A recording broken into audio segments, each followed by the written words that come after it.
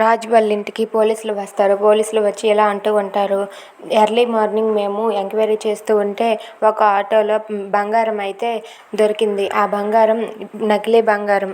ఆ బంగారం ఎక్కడికో కాదు, మేము ఎంక్వైరీ చేస్తే స్వరాజ్ ఇండస్ట్రీకి అది వస్తుందని తెలిసింది.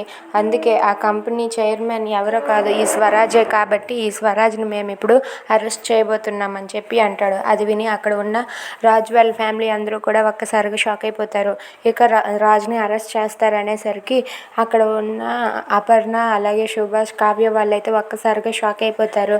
అసలు ఏం తెలుసుకోకుండా మీరు ఎందుకు ఇలా అరెస్ట్ చేయడం మంచిది కాదు, ఇది అసలు కరెక్ట్ కాదని చెప్పి కావ్య అంటూ ఉంటుంది. అయినా సరే పోలీసులు ఇలా అంటారు, మేడం మా డ్యూటీ మమ్మల్ని చేయనివ్వండి, రాజ్ గారు మీరు ఇప్పుడు మాతో పాటు రావాల్సి ఉంటుంది రండి అని చెప్పి అంటూ ఉంటారు. అది విని రాజు అయితే ఒక్కసారిగా షాక్ అయిపోతాడు.